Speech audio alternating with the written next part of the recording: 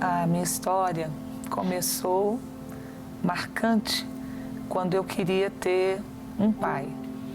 Eu sou filha única, com 19 irmãos. Minha mãe se casou 2 vezes com 2 viúvos.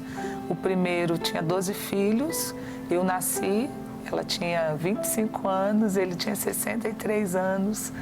E eu nasci, mas pelo fato dele já ser idoso, ele faleceu quando eu tinha 3 anos. Minha mãe ficou 3 anos viúva e casou novamente com um viúvo. E aí é que começa. Eu queria entrar numa casa e ter um pai e 7 irmãos. Mas não fui recebida assim, porque não houve uma aceitação da nossa família. E durante 2 anos, dos meus 6 aos 8 anos, eu morava em Juiz de Fora, eu sofri bullying, a rejeição do casamento veio toda contra mim. Eu passei a odiar Juiz de Fora, eu passei a odiar uma cidade, eu passei a odiar uma profissão, porque as minhas irmãs todas eram professoras. E eu tomei uma decisão de ser uma ótima filha para o meu pai do coração, para minha mãe, mas nunca mais voltar a Juiz de Fora. Eu guardei isso por 27 anos. 27 anos cultivando de alguma maneira, alimentando essa dor. Escondida, velada. Eu não tinha consciência dessa dor. Era um ódio por uma cidade, inclusive, porque Juiz de Fora me lembrava a morte de um pai, Juiz de Fora me lembrava as brigas terríveis que tinham dentro da minha casa. E infelizmente todos nós éramos cristãos, mas no domingo a gente punha uma roupinha bonita e ia para a igreja, só que de segunda a sábado as coisas não eram bem assim. E isso ficou guardado, não havia relacionamento familiar. O relacionamento fechou para o núcleo meu pai, minha mãe e eu. E houve uma separação entre o meu padrasto e os filhos. O que leva, Dalton, a uma pessoa a um sentimento de dor e de mágoa de mais de 20 anos?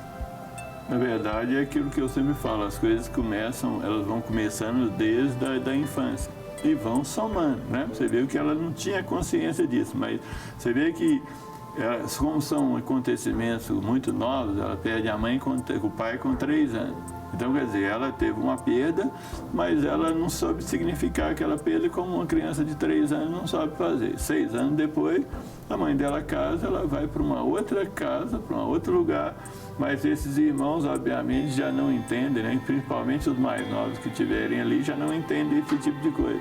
Mas são coisas que ela não tem a capacidade de elaborar. E tem uma coisa interessante em psicologia, o Freud já dizia isso, que dos 6 anos para baixo, a gente tem uma amnésia. Você dificilmente lembra uma coisa de 6 anos para baixo. Normalmente essas coisas são deletadas da consciência. Quando alguém lembra uma coisa de 6 anos para baixo, ela tem um valor muito grande. Ela passou dessa amnésia, ela passou desse processo e se alguém lembra, por mais que seja uma lembrança simples de estar brincando com um carrinho ou qualquer coisa assim, se você for na hora que vai trabalhar isso, tem toda uma questão que passa. Mas muitas vezes ela acaba tendo essa parada e continua. Ela continua vivendo, ela continua sentindo, mas isso pode vir à tona anos depois na vida de uma pessoa. É como se fosse uma supervalorização da memória também, para quem lembra? Na verdade, ela não dava conta de elaborar essas coisas cedo. Um mecanismo de defesa que o ser humano tem é o esquecimento, o famoso não sei, não quero saber, quem raio de quem sabe. E ela, você viu que ela fala que ela perde o pai, né? E depois esse segundo pai, ele está querendo criar esse vínculo afetivo. Então ela passou a viver toda em função desse segundo pai, e na medida que a coisa foi caminhando, foi criando um vínculo, ela já pulou de fase. Ela já pulou dos 3 para o outro. Naturalmente, a criança faz isso.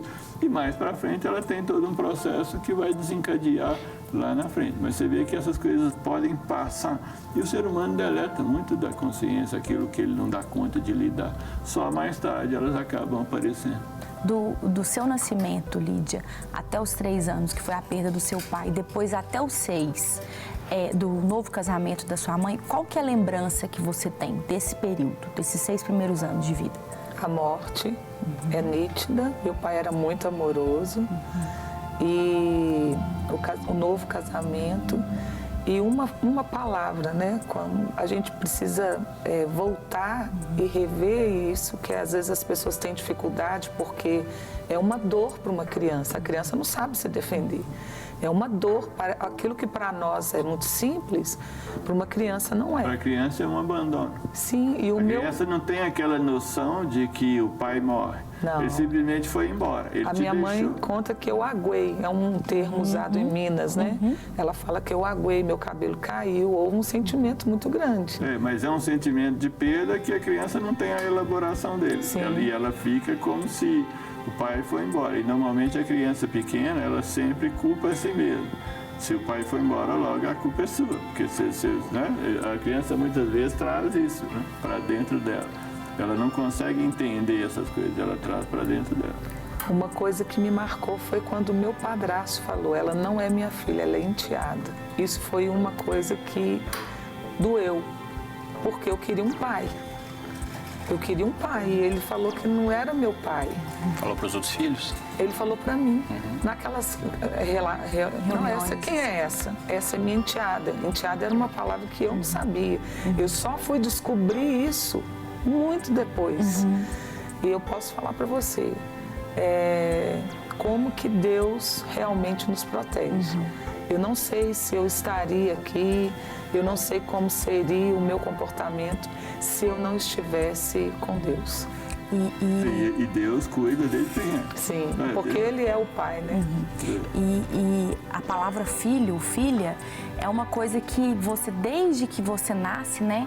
O pai, os filhos que foram recebidos realmente na família, você sabe o que é, porque chama meu filho, é meu filho, te amo, filho, aquela coisa. Agora, enteado foi uma coisa que fugiu totalmente do universo ali de uma criança, de saber o que é, né? Você não tinha dimensão do que era aquilo, né?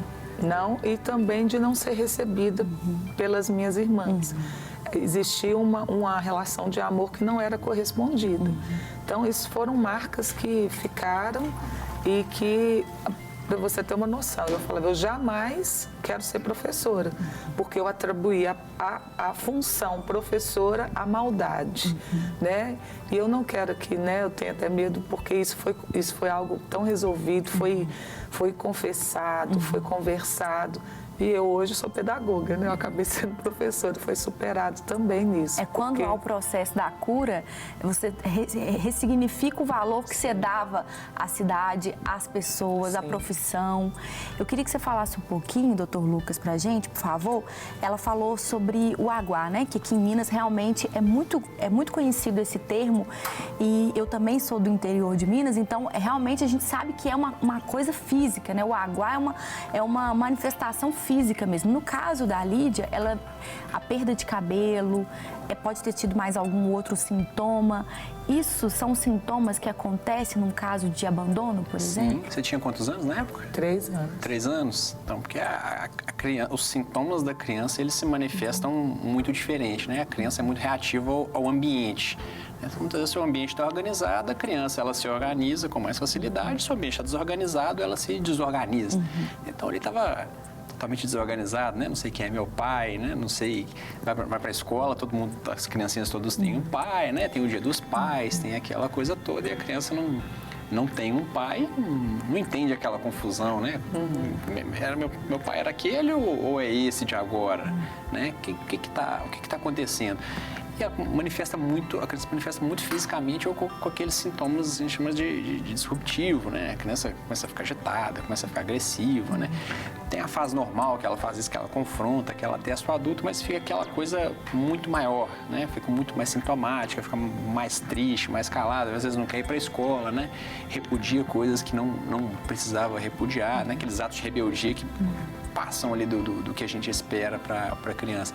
E muito sintoma físico, né? Tem criança que chega lá pra gente com queda de cabelo, sim, né? Com um adoecimento frequente, né? A criança está ali mais tristinha, por aquele misto de sintoma físico com sintoma emocional.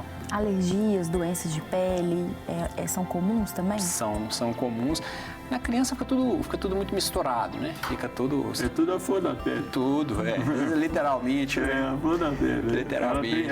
Como ela tem o emocional dela muito grande, e ela ainda não tem uma capacidade de fazer essa elaboração, tudo é a flor da pele, tudo é muito intenso, né? E as coisas elas aparecem por causa disso, ela não dá conta de absorver aquilo, de digerir aquilo. E gera muita confusão, né? É coisa de criança mesmo ou a criança está adoecida, né? Ela é coisinhas de criança que tem, principalmente quando não tem tem uma mãe que teve uma filha só, né? Não tem ali um padrão de comparação, né? Não tem ali outras filhas. A gente pega muito com o professor, né? O professor encaminha muito para tratamento, porque ele tem ali várias crianças, né? Tem uma amostra enorme e vê que tem um ali mais diferentinho. Então ele consegue ver que passa batido para os pais muitas vezes, né? A escola então consegue fazer esse processo de identificação, às vezes até maior do que dentro de casa. Muitas vezes o alerta vem da escola. E uma coisa interessante que ela está colocando, que é importante, é que você tem que considerar a criança. Eu normalmente faço terapia com menino, eu falo de 4 anos para cima porque a criança fala, porque a criança conversa. Então, muitas vezes, o que consiste a terapia? Você ajudar ela a raciocinar. Eu já peguei uma menina que a casa tinha sido assaltada e eu ajudei ela a elaborar as coisas que aquilo não precisava acontecer. Tive a oportunidade de trabalhar com um menino que morava perto lá da questão da barragem. Ele não foi afetado, mas ele ficou com aquilo durante uns 6 meses. Quando ele chegou em mim, eu tive que elaborar para ele entender como lidar com aquilo, e uns 2, 3 sessões ele foi embora e segundo consta, amanhã ele tá caminhando bem, ele passou do processo. Mas essas coisas são muito grandes para a criança e ela não consegue fazer uma elaboração sozinha. E como é uma questão própria da criança de se culpar, porque a criança, o pai que a abandonou, e na verdade você tem que entender, mostrar para a criança que o pai não abandonou, ele morreu. Ele, na verdade, não queria ter ido. Então, você tem que, muitas vezes, trabalhar com a criança para ela elaborar. Se ela não entender isso, ela vai pegar a coisa de uma forma negativa. E toda criança, de uma certa forma, se considera... Se o pai dela foi embora, é porque ela não era boa. Porque se ele fosse boa, ela não tinha ido embora. E, obviamente, isso é um raciocínio totalmente inadequado. Como os traumas de infância ajudam no processo de adoecimento ao longo da vida? Vamos ver no próximo episódio da série Você é um Bom Motivo para Viver.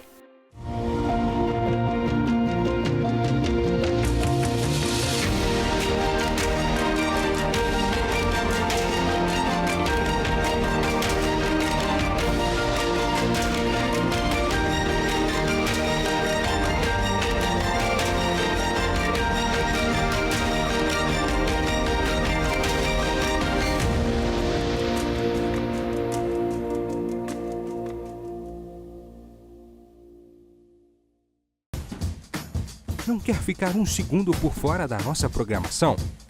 Agora você pode nos acompanhar através das plataformas digitais. Não perca tempo. Acesse, curta e siga-nos. Fique por dentro de tudo que acontece por aqui. Rede Super, inspirando você.